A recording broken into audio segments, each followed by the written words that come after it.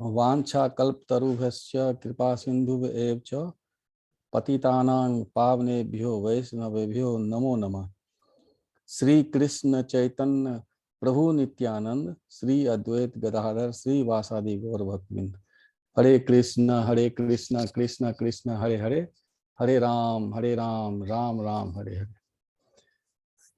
आज प्रभु जी के कृपा से मुझे गीता का अध्याय 1 का 23वां श्लोक के बारे में कहने को मिला है। 23वां अध्याय का अध्याय नंबर 1 का 23वां श्लोक है। योत्स्यमाना वेक्षे अहं एतो अत्र समागतः धार्तराष्ट्रस्य दुर्बुद्धि युद्धे प्रिय चीक वर्षवा। इसमें इसका अर्थ है, अर्जुन कह रहे हैं भगवान श्री कृष्ण से, मुझे उन लोगों को देखने दीजिए जो यहाँ पर धृतराष्ट्र के दुर्बुद्धि पुत्र दुर्योधन को प्रसन्न करने की इच्छा से लड़ने के लिए आए हुए हैं।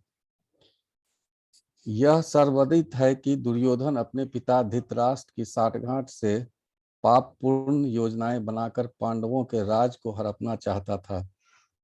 अतः जिन समस्त लोगों ने दुर्योधन का पक्ष ग्रहण किया था, वे उसी के समान धर्मा रहे होंगे। अर्जुन युद्ध प्रारंभ होने के पूर्व यह तो जान ही लेना चाहता था कि कौन कौन से लोग आए हुए हैं, किंतु उनके समक्ष समझौता का प्रस्ताव रखने की उसकी कोई योजना नहीं थी। यह भी तथ्य था कि वह उनकी शक्ति का, जिसका उसे सामना करना था, अनुमान लगाने की दृष्टि से उन्हें देखना चाह रहा था। यद्यपि उसे अपनी विजय का विश्वास था, क्योंकि कृष्ण उसकी बगल में विराजमान थे। इस श्लोक में प्रभुपाद जी कहना चाह रहे हैं, जब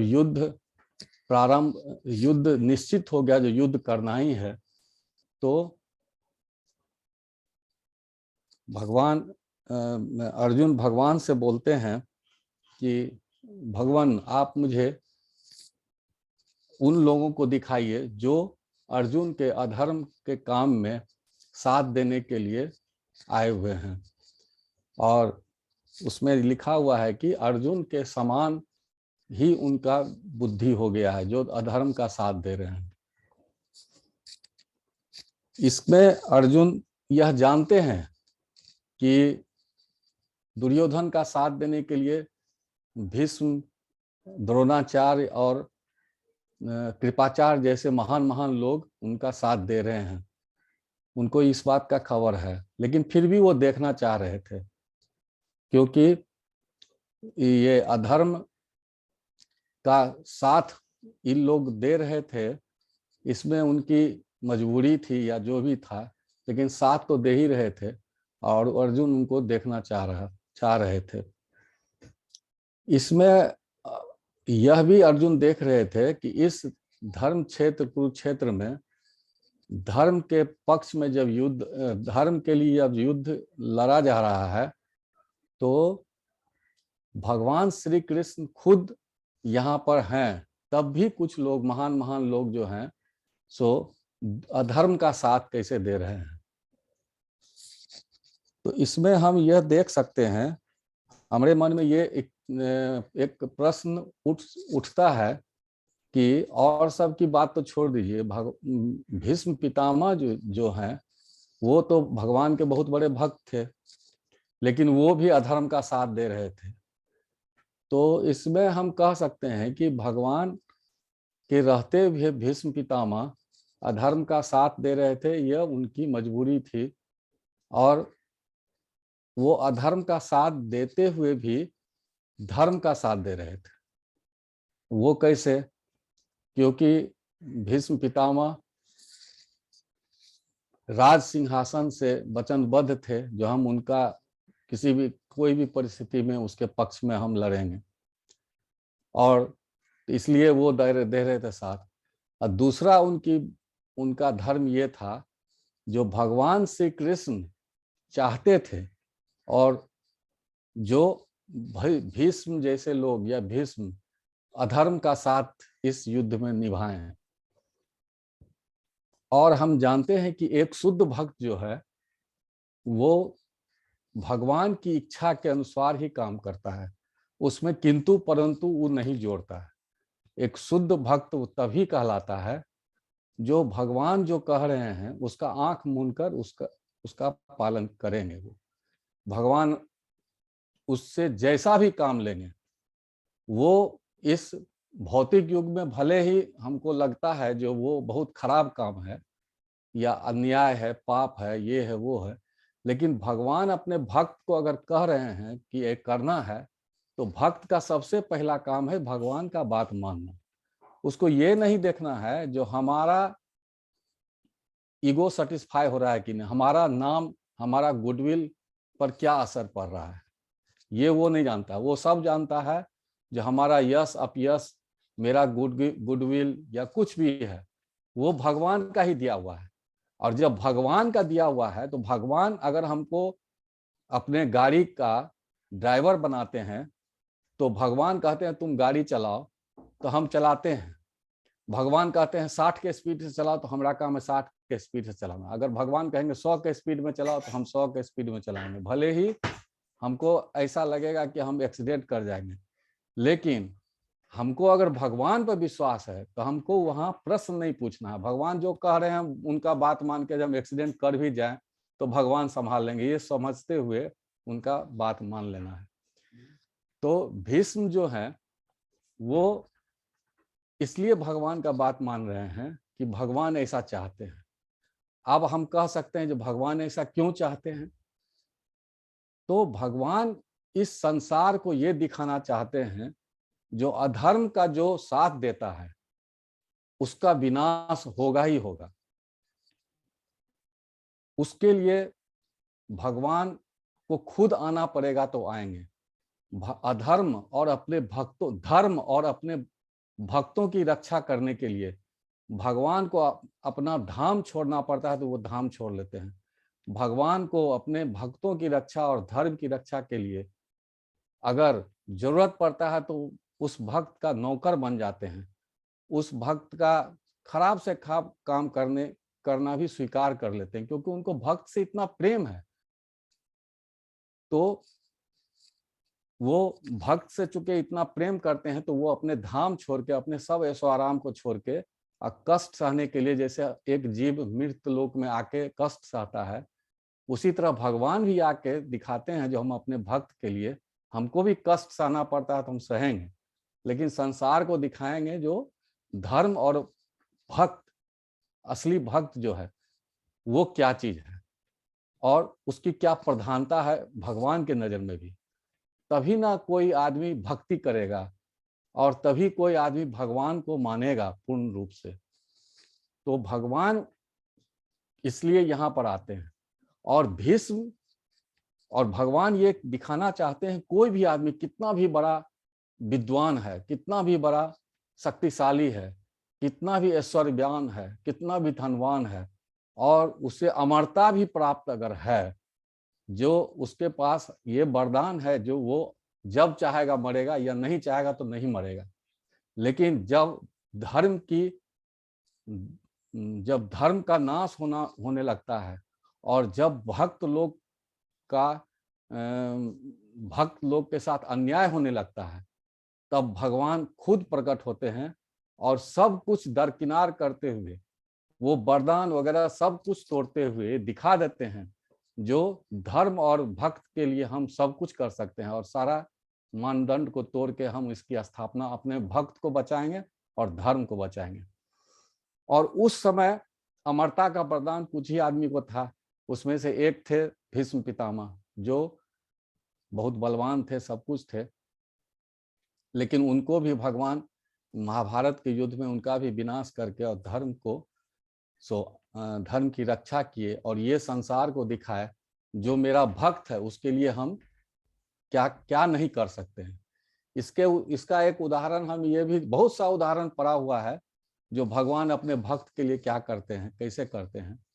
सबसे बड़ा उदाहरण है हिरण्यकश्यप, हिरणाक्ष, रावण, इन लोगों का उदाहरण है। इन लोगों के पास ऐसा वरदान था जो मृत लोक में तो कोई उसको, उन लोग का नाश नहीं कर सकता था। इन लोग, और ये लोग ऐसे आदमी थे, ये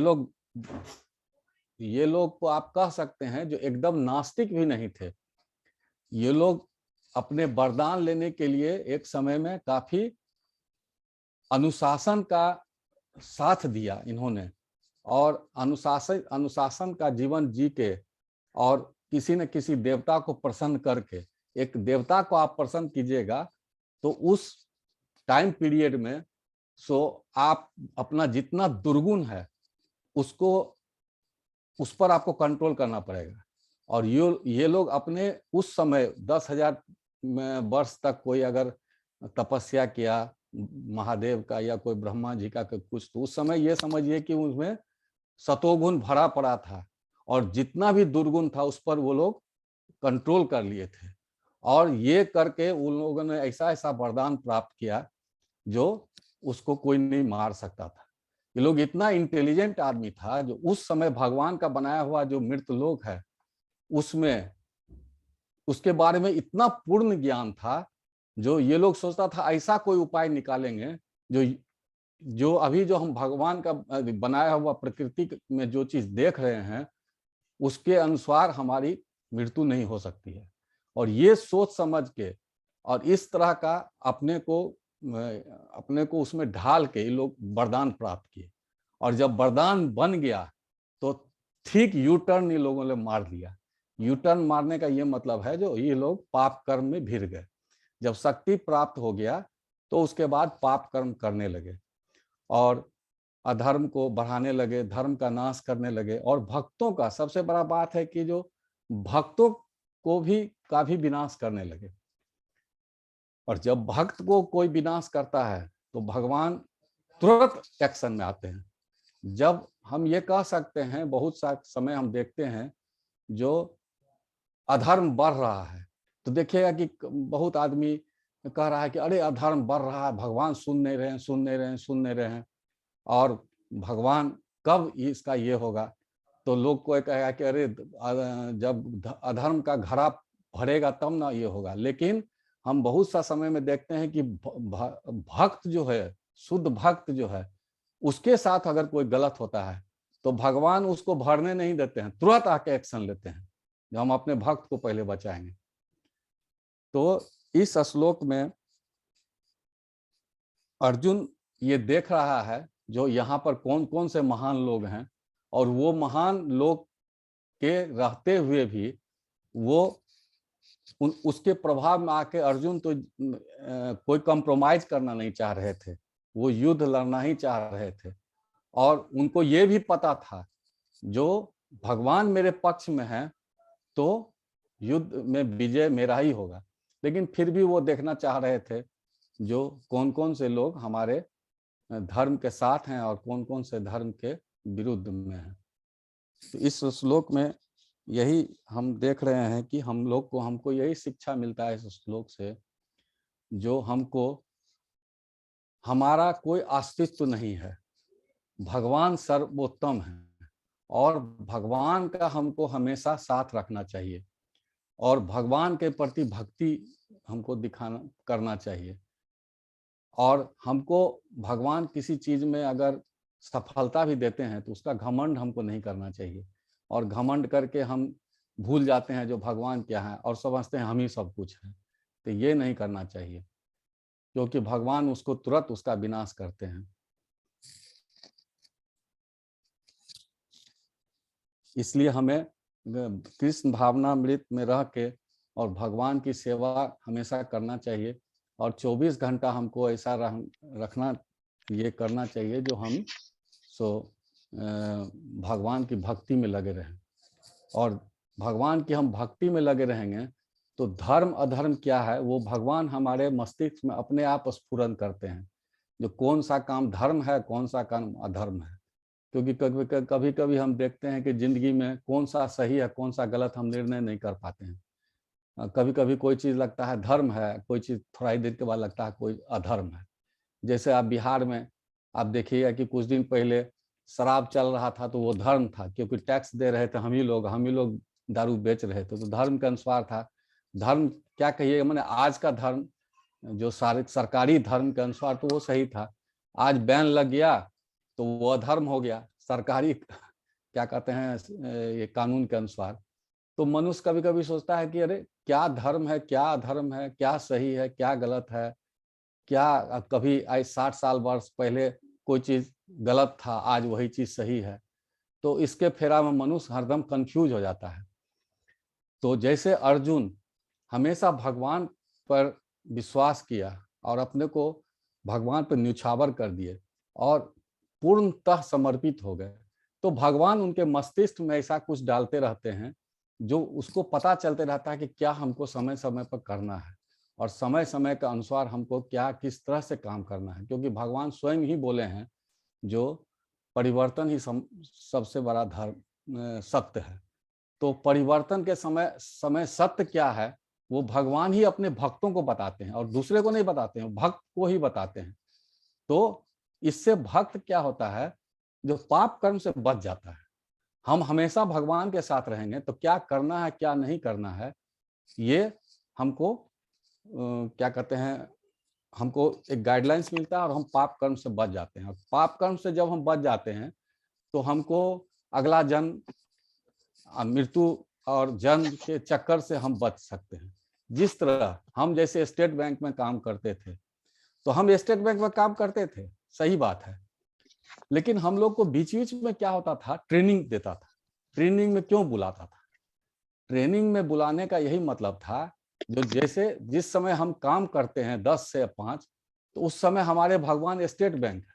उस 10 से 5 में हम अपना घर का सब्जी नहीं ला सकते हैं, हम अपनी पत्नी का कोई बात नहीं मान सकते, अपने बेटों या किसी का कुछ नहीं कर सकते। अगर हमारी पत्नी भी आएगी अपना घरेलू बात लेके तो हम उसको नहीं सुनेंगे। हाँ, वो आएगी पेमेंट लेने के लिए, रुपया जमा करने के लिए, तो हम सुनेंगे, क्योंकि उस समय मेरा भगवान स्टेट बैंक है और उसका नियम है।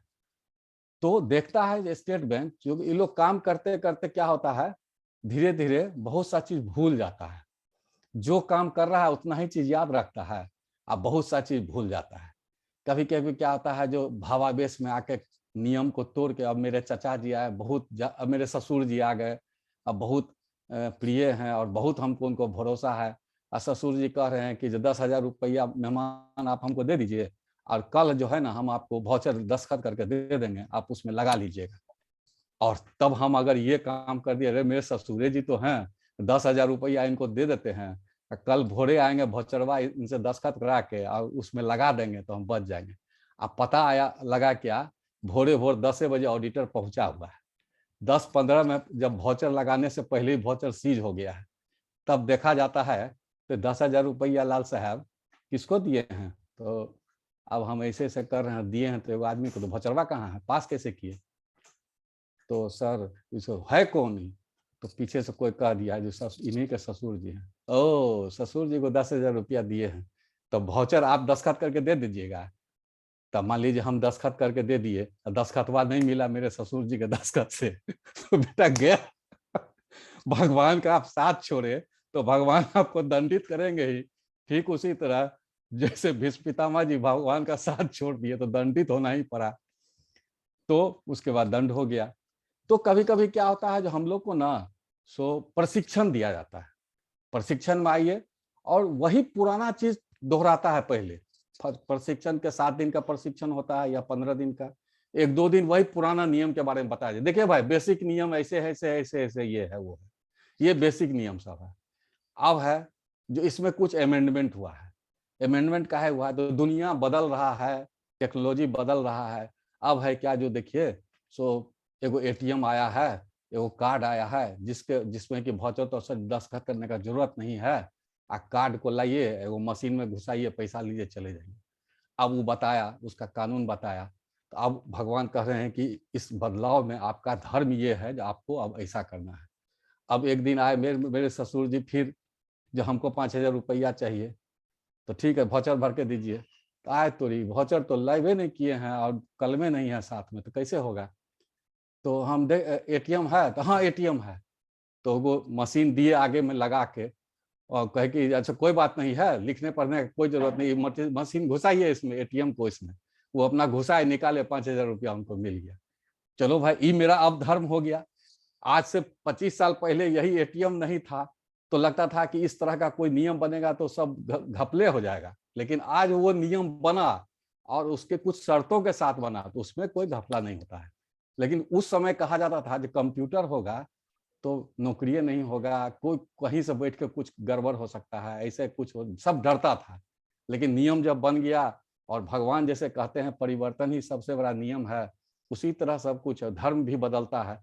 जिस समय सतयुग में भगवान कहते थे जो भाई 10-10 हजार तक तपस्या करो तो माने ये होगा, तो लोग 10,000 तपस्या करता था। उस समय कहते भगवान नहीं कहते थे किसी को, खाली नाम नाम लो और उद्धार हो जाएगा। तो उसका धर्म उस समय वैसा था। उसके बाद त्रेता में आए तो यज्ञ का धर्म हुआ। उसके बाद द्वापर में आए तो विग्रह का पूजा, भगवान के चरण कमल का पूजा का धर्म हुआ, और नाम का भी शुरू हुआ। और कलयुग में भगवान कह दिए कि अरे भाई वो 10,000 गया, कोई बात नहीं है, वो माफ। जैसे वोट लेते के समय कहा जाता है ना, जो क्या कहते हैं, बिजली माफ, तो पानी का बिल माफ, तो ये माफ वो माफ, ऐसे माफ, हमको वोट दो। तो भगवान सब कुछ कलयुग में माफ करते हैं। जो 10,000 तपस्या गायब, क्या कहते हैं, यज्ञ उग नहीं करो, भगवान ही कहते हैं ब्राह्मण बढ़िया नहीं मिलेगा, मंत्र उच्चारण बढ़िया नहीं कर सकते हैं, मटेरियल बढ़िया नहीं है, तो सब में ठगाओगे, इतना लाख रुपया लगेगा, तो वो खत्म। विग्रह का पूजा करो, तो फिर देखते हैं जो विग्रह तो स्थापित कर लेता है लोग, लेकिन उसको एकदम गंदा रखता है। देखिएगा मंदिर सब में विग्रह के नीचे में क्या कहते हैं, एकदम गंदगी से भिन्न भिन्न कर रहा है वो। सिर्फ क्या कहते हैं, इस्कॉन मंदिर का छोड़ के, और इस्कॉन मंदिर अब कुछ और कहिए, लेकिन इस्कॉन मंदिर तो 100% है। सब जगह पुराना जितना मंदिर है उसमें देखिए गंदगी भरा हुआ है, कुत्ता घुस रहा है, तो ये कर रहा है वो कर रहा है, उसमें गाय घुस के गोबर कर रहा है, बहुत गंदा विग्रह का है। तो भगवान कहे कि जरे बेटा तुमको इतना भी नहीं है, वो छोड़ दो, अब उसको क्या कहते हैं, विग्रह भी चाप, खाली नाम हो जो। तो महाप्रभु आए, प्रकट हुए कलयुग में, वो बोले कि हरि नाम संकीर्तन खाली कीजिए, हरि नाम संकीर्तन से ही आपका सारा चीज होगा। तो 24 घंटा अगर हम भगवान का नाम ले रहे हैं तो उससे सीधा सीधी हम भगवान के संपर्क में आ रहे हैं, और भगवान हमको उद्धार करेंगे। ये कहे, कितना आसान बना दिए। तो धर्म बदलते रहता है। उसी तरह भगवान इसमें भी कह रहे हैं, जो अपने भक्तों को कह रहे हैं कि जो हम जो कह रहे हैं हमारा बात मानो, और हम समय समय पर ऐसा भी कुछ कहेंगे जो तुमको लगेगा कि जो अरे उस समय क्या कर रहे थे, अभी क्या कर रहे हैं। ठीक उसी तरह भीष्म पितामह का भी जो है, जिसको कि अर्जुन का टारगेट था, जो भीष्म पितामह जैसे लोग भी दुर्योधन के साथ हैं, ये हम देखना चाह रहे थे। वो आंख से देखना चाह रहे थे, उनको तो पता था ही लड़ेंगे वो, लेकिन आंख से देखना चाह रहे थे। तो भगवान उनको यही कहे हुए थे, ठीक है अभी हम तुमको यही कह रहे हैं कि यही वाला काम करो जो तुमको अधर्म लगता है, अब बिना चलते तुम बदनामी कितना लेते हो, तो उसमें तुम्हारा उद्धार हो जाएगा। तो यही इसका हुआ। इसीलिए हर दृष्टि से भगवान का पर विश्वास करके उनका क्या कहते हैं, उनको याद करना हमारा सबसे बड़ा धर्म है कलयुग में।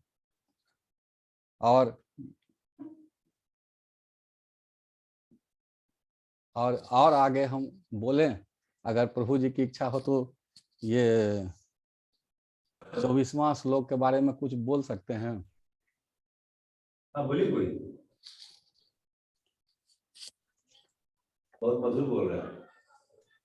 नहीं, बहुत गलती, हम कुछ बोल नहीं रहे हैं एकाएक तो इसके लिए माफी चाहते हैं, कोई गलती हो रहा होगा तो।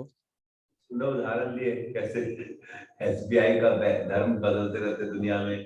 पहले क्या बोलते हैं,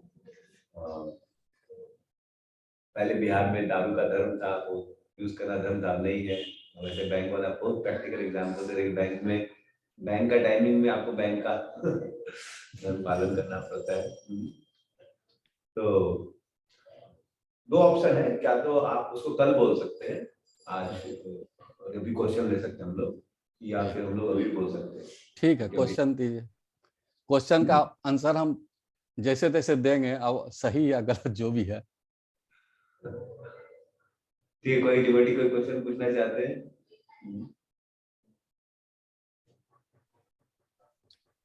हरे कृष्णा प्रभु जी, दंडवत प्रणाम।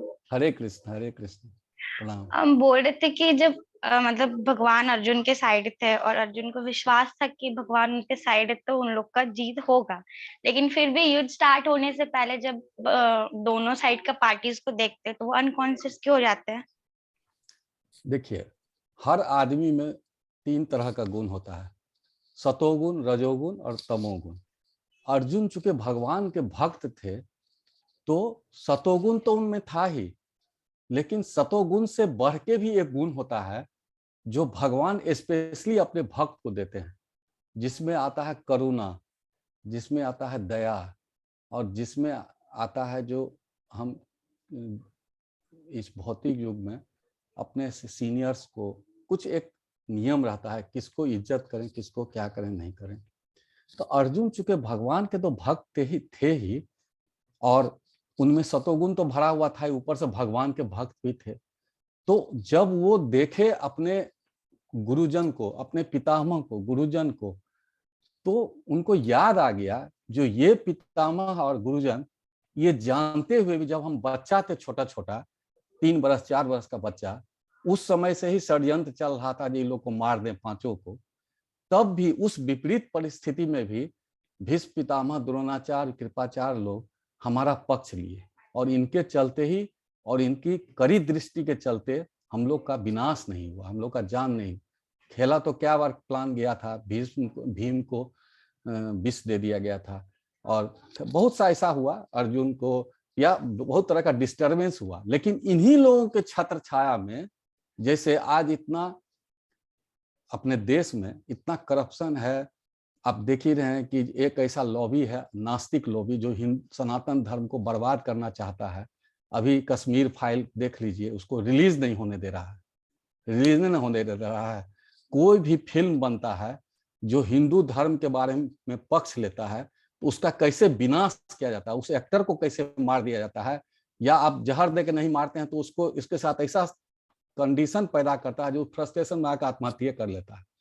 तो जो सनातन धर्म के पक्ष में इस इंडिया में ऐसा कर रहा है और उसका विनाश कर देता है ये लोग, राक्षस लोग, लेकिन फिर भी इसी परिप्रेक्ष्य में एक मोदी आते हैं और हम लोग सनातन धर्म को एक छत्र छाया दे रहे हैं। भले अभी तक वो छाया छोटा ही छाता का है, लेकिन हम लोग को तो एक भरोसा है।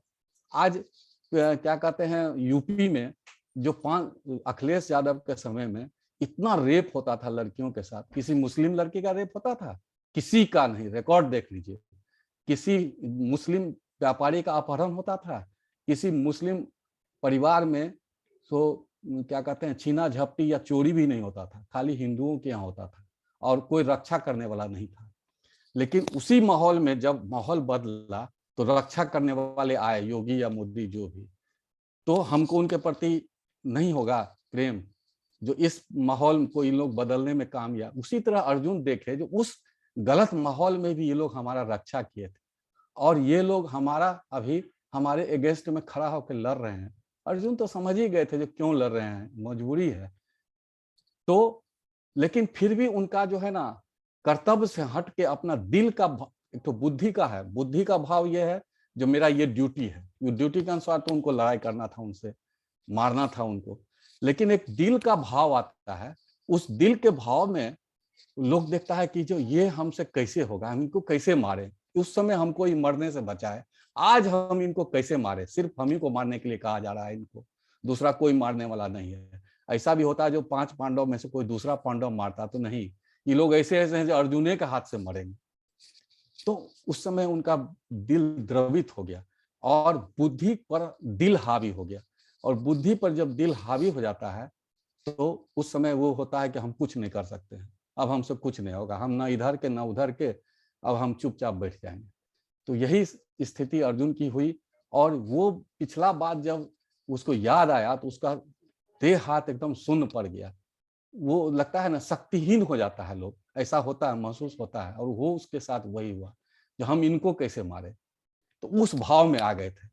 उस भाव में आ गए थे तो बोले कि हम नहीं लड़ेंगे, लेकिन भगवान कृष्ण फिर उस भाव को तोड़े, उसको भाव को तोड़ के तब बोले कि देखो तुमको खाली यही चीज नहीं सोचना है, तुमको हम लाए हैं इस पृथ्वी पर, तुमको बहुत सा दूसरा काम भी करना है, और एक ही भाव में तुम अगर रह जाओगे तो हमको बहुत सा चीज तुम्हारे से करवाना है, और बहुत सा उपदेश शिक्षा हमको इस दुनिया को देना है, तो कैसे होगा, इसलिए वो ऐसा हुआ।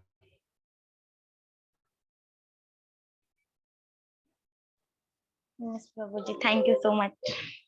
धन्यवाद।